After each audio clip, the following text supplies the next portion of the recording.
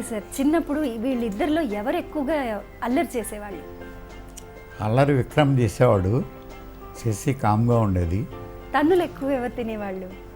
ఇద్దరు తన్నులు తినేవారు కాదు. సార్ నిజమేనంటున్నారా సార్? ఎప్పుడు కొట్టుకోవటం తిట్టుకోవటం అవి లేవు. అదేమో ఎక్కువ విజ్ఞానంగా ఉండేది, వీడు కొంచెం అల్లరి చిల్లరిగా తిరిగేవాడు. సో కానీ మరి తను ఈరోజు అడ్వకేట్ పిహెచ్డి చేయబోతున్నారు. అంటే చిన్నప్పుడు చదివి ఎక్కలేదండి, ఇప్పుడు చదివితే బాగా అర్థం అవుతుంది, అందుకని. శశి గారు, మీరేం చదువుకున్నారు? మీరు ఫిల్మ్ డైరెక్షన్ చేస్తున్నారు కదా, నేను సైన్స్ ఇటువైపు ఎలా వచ్చారు? చిన్నప్పటి నుంచి ఇంట్రెస్ట్ ఇంకా అందులోనే. కాకపోతే మా ఇంట్లో అంటారు కదా, ఆ సినిమాలు ఎక్కువ చూసినా ఫ్రేమ్ టు ఫ్రేమ్ గుర్తుండేది నాకు. ఆ తర్వాత ఎప్పుడైనా మళ్ళీ టీవీలో వచ్చినప్పుడు చెప్పేదాన్ని, చదువుకునే పుస్తకాలు గుర్తుండవు కానీ సినిమాలు బాగా గుర్తు పెట్టుకుంటావు అనేవారు. అయినా సైన్స్ ఇష్టం లేకుండానే కంప్లీట్ చేశాను. నేను బీఎస్సీ ఎలక్ట్రానిక్స్ చేశాను, తర్వాత మల్టీమీడియా చేశాను, గ్రాఫిక్స్ చేసి జెమినీలో ఫస్ట్ వర్క్ చేశాను, ఒక ఛానల్లో వర్క్ చేశాను. తర్వాత నాకు నచ్చలేదు ఒక చోట కూర్చుని అలా చేయటం. మళ్ళీ వర్క్ చేయడం స్టార్ట్ చేసినప్పుడు డైరెక్షన్ డిపార్ట్మెంట్లోనే చేశాను, ఛానల్స్లో. ఓకే సార్, మీ డైరెక్షన్లో కొడుకు చేశారు, కొడుకుతోనే చేశారు, ఆ తర్వాత మళ్ళీ డైరెక్షన్ వైపుకి వెళ్ళలేదు. ఇంకో సినిమా చేశా, భజంత్రిలని. మా అబ్బాయిని శివాజీని హీరోగా పెట్టి, అది దేవివర ప్రసాద్ గారు హీరో, ఇది నిర్మాత. ఆయన చాలా పెద్ద ప్రొడ్యూసరు, ఆయన చేశారు. అది కొన్ని కారణాల వల్ల కరెక్ట్గా ప్లే చేయాల, కరెక్ట్గా ఆడాల. అయితే సినిమా బాగానే పేరు వచ్చింది, అండ్ కొడుకు సినిమా బాగా పేరు వచ్చింది, బాగా తీశారు, మంచి డైరెక్టర్ అని పేరు వచ్చింది. అయితే బాక్స్ ఆఫీస్ దగ్గర మనకి బ్యాలెన్సింగ్ చేయలేకపోయాం. ఆ థియేటర్లకి డిస్ట్రిబ్యూషన్ అంటే ఎప్పటికీ నాకు తెలియదు. అది ఎట్లాగా డబ్బులు పోగు చేసి ఆ డబ్బులు ఒకటి దగ్గరికి వెళ్తాయి, ఎవడైనా టికెట్ తీగిపోతే ఏంటి, తీస్తే ఏంటి, ఆ తీసిన డబ్బులు ఎవరి దగ్గర నుంచి ఎవరికి పాస్ అవుతాయి, ఎట్లా వస్తాయి అనేది ఇప్పటికీ నాకు గ్రాఫ్ తెలియదు. కమర్షియల్ ఆస్పెక్ట్స్ అవి తెలియకపోవడం వల్ల కొంత నష్టపోయాం అన్నమాట. బట్ సినిమా లిటరరీగా బాగుందని పేరు వచ్చింది, వాడు కూడా బాగా చేశాడు. అవునండి, డైరెక్టర్గా మీరు కూడా సక్సెస్ అండి అని చెప్పారు అందరూ, పండితులు మామూలు అందరూ కూడా చెప్పారు. మీ ఫాదర్ నుండి మీరే నేర్చుకున్నారు? నాన్నగారు ఎప్పుడో చెప్తారండి, ప్రయత్నిస్తూ మరణిస్తే ఏంటండి చెప్తారు, ప్రయత్నిస్తూ మరణిస్తే గెలిచినట్టే, ప్రయత్నం విరమిస్తే మరణించినట్టే. అంటే we should never stop trying. ఇప్పుడు ఫెయిల్ అవ్వచ్చు.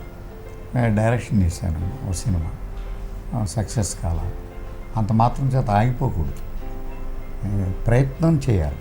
ఆ ప్రయత్నం ఎక్కడి దాకా చేయాలంటే నువ్వు సక్సెస్ అయ్యేదాకా చేయాలి. సక్సెస్ అయిన తర్వాత ఎట్లాగ చేస్తావు. కాబట్టి ట్రై చేయమని చెప్తాను మా పిల్లలకి. అది సినిమా ఏమైనా కానీ, సక్సెస్ కానీ కాకపోని, బట్ ప్రయత్నం మాత్రం మానకూడదు. ఎప్పుడు ప్రయత్నం మానేసామో అప్పుడే వీఆర్ డెడ్ మ్యాన్, మరణించినట్టే. మనం బ్రతుకున్న లాభం ఏం లేదు. ట్రయల్స్ మానేసాం, ట్రయల్స్ మానకూడదు. ఫెయిల్ అయింది, ఇంకో సినిమా. ఇప్పుడు కాయకుంది, గూడు పెడుతుంది, ఒక పుల్ల తీసుకొచ్చి ఒక చెట్టుకి ఇలా పంగళకర్రలా ఉండే ప్లేస్లో పెడుతుంది, అది పడిపోతుంది, మళ్ళీ తెస్తుంది, మళ్ళీ పెడుతుంది. ఇట్లాగా అక్కడ ఏమైనా సరే గూడు పెడుతుంది, అక్కడే పెడుతుంది. అంతకు వేరే చోటు, దగ్గరగా ఉన్న చోటు వెతుక్కోదు. అక్కడికి సరిపడిన పుల్లే పట్టుకొచ్చి దాన్నే పెట్టి, దాని మీద పుల్లలు ఉండేలా పెట్టి అక్కడే గూడు పెడుతుంది కాకి. దాని సైకాలజీ. ఆఫ్టర్ ఆల్ ఎక్కడో చదువుకొని కాకి అంత ట్రై చేస్తుంది, మనం ఎందుకు ట్రై చేయకూడదు, మనం ఎందుకు మానాలి అనేది నా ఉద్దేశం అన్నమాట. అది నేను చెప్తాను పిల్లలకి, వాళ్ళు చేస్తారు. Okay sir. అండ్ విక్రమ్ గారు, మీరు చెప్పండి, నాన్నలో మీకు బాగా నచ్చే గుణం ఏంటి? మా నాన్నలో ఆయన వెరీ యాక్టివ్ పర్సన్ అండి. ఆయనకి ఒక నీరసం కానీ బద్ధకం కానీ లైఫ్లో మేము ఎప్పుడు చూడలే. ఒక యాక్టివ్, ఒక జింకలాగా. ఆయన వయసు పెరిగినా సరే ఆయన మనసు వెరీ యూత్. ఓకే. అది మాకు ఎంతో ఇన్స్పిరేషన్ అది. ఆయన గ్రేట్ స్విమ్మర్. గోదావరి ఈదేసిన మా కళ్ళ ముందు గోదావరి ఈదిన వ్యక్తి, అవును. మంచి స్విమ్మర్ ఆయన. ఓకే. ఆయన district champion, chess champion. Okay. ఆయన ఈ మా కాలేజీకి ఆర్ట్స్ కన్వీనర్ ఆయనే. ఓ.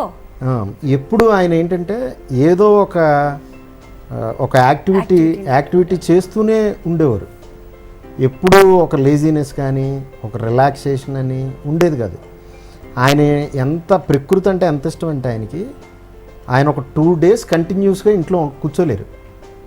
ఒక చిన్న గ్యాప్ వచ్చినా లేకపోతే ఏదన్నా వచ్చినా సరే ఆ టైంని ఎలా స్పెండ్ చేయాలి, ఎలా ప్రకృతికి దగ్గరికి ఎలా వెళ్ళిపోవాలి అని చెప్పేసి ఆ కోనసీమ, లేకపోతే ఇటు కాకినాడ బీచ్కి, లేకపోతే అటు భీమిలీకి, ఇలా ఎటో ఒకటి వికారాబాద్లో ఫామ్ హౌస్ ఉంది. ఇక ఏదో ఒకటి ప్లాన్ చేసుకుని అసలు 1 day ఆయన రిలాక్స్ అవటం అనేది ఇంచుమించు జరగని పని. అంత యాక్టివ్ పర్సన్ అనమాట. సో యాక్టివ్నెస్ మీకు బాగా ఇష్టం. అది ఇష్టం. మీకండి? పట్టుదల. ఏదన్నా చేయాలి అనుకుంటే హీ నెవర్ గివ్ అప్. అది చేసేదాకా నిద్రపోనివ్వరు ఇంట్లో కూడా. ఆయన దగ్గర నుంచి నేను నేర్చుకుంది కూడా అదే. బిగినింగ్లో ఓకే కొంచెం మన వల్ల కాదేమో అని అనిపించేది, కానీ ఇప్పుడు ఏదన్నా మనం చెయ్యాలి అంటే ఫోకస్ చేస్తే ఏది చేయలేము అనేది ఏది లేదనేది ఆయన దగ్గర నుంచి నేర్చుకున్నదే. ఇంకొకటి దీంట్లో నా లక్ ఏంటంటే వీటన్నింటినీ ప్రోత్సహించే భార్య దొరకటం. అమ్మ. ఓకే. నా మిస్సెస్. సో తను నేను టీచర్. 2 రోజులు సెలవు దొరికింది మనకు, పెట్టి సర్దుకుని ఏటో పోతానంట. అబ్జెక్షన్ చెప్పదు. ఓకే. నేను వెళ్ళరండి, ఇంక తిరగడమే కదా మీ పని, వదిలేస్తాను. వీళ్ళిద్దరిలో మీకు బాగా నచ్చిన గుణం ఏంటి? 2 కళ్ళల్లో ఒక కన్నేది బాగుందంటే ఏం చెప్తాం? నచ్చిన గుణం సార్. ఫస్ట్ క్వాలిటీ ఏంటంటే మా పాపకి కంటెంట్మెంట్ ఉంది. అంటే ఇది ఇలా చేస్తేనే బాగుంటుంది, చేయాలి అనే ఒక నిర్దిష్టత్వం. ఇంకా వీళ్ళలో మొత్తం తిరిగి ఎక్కడైనా ఏదైనా పట్టుకుని దాన్ని సాధించాలి అని ఒక గుణం ఉంది. నా పిల్లలకి చెడ్డ గుణం అయితే ఏదీ లేదు. So that's I'm very happy. జనరల్గా చాలామంది తల్లిదండ్రులు బిడ్డల్లో ఉండే చెడ్డ గుణాలకి కష్టాలు అనుభవిస్తుంటారు. వాళ్ళ ఇంటి దగ్గర రెస్ట్ తీసుకుందాం అనుకున్నారనుకో, ఏ పోలీస్ స్టేషన్ నుంచో కబురు రావడం, మీ అబ్బాయి ఇలా చేసాడండి, ఇలాగా జరిగిందండి, మీ అబ్బాయి ఎవరినో కొట్టాడు, మీ అబ్బాయి ఏమో ఒక షాప్లో ఇట్లాగేదో మిస్బిహేవ్ చేశాడు. ఇట్లాంటి ఈ ప్రపంచంలో అట్లాంటివి లేవు నాకు. సో ఆ టెన్షన్ లేదు. సో ఆ టెన్షన్ లేదు. కాబట్టి I'm very happy particular aspect. అబ్బాయి విషయంలో, అమ్మాయి విషయంలో కూడా మనకు అట్లాంటివి ఎప్పుడైతే లేవో మన పని ఎక్కడ ఆగదు. మన వ్యవహారాలు మనం చేసుకుంటూ పోవాలి. ఇంకా మనకి కొంచెం భయం కూడా ఉంటుంది. పిల్లలు అంత కుదురుగా ఉన్నప్పుడు మనం ఏదన్నా సాధించలేకపోయామే, సాధించాలి కదా అనేటటువంటి ఒక అవేర్నెస్ కూడా మనలో వస్తుంది.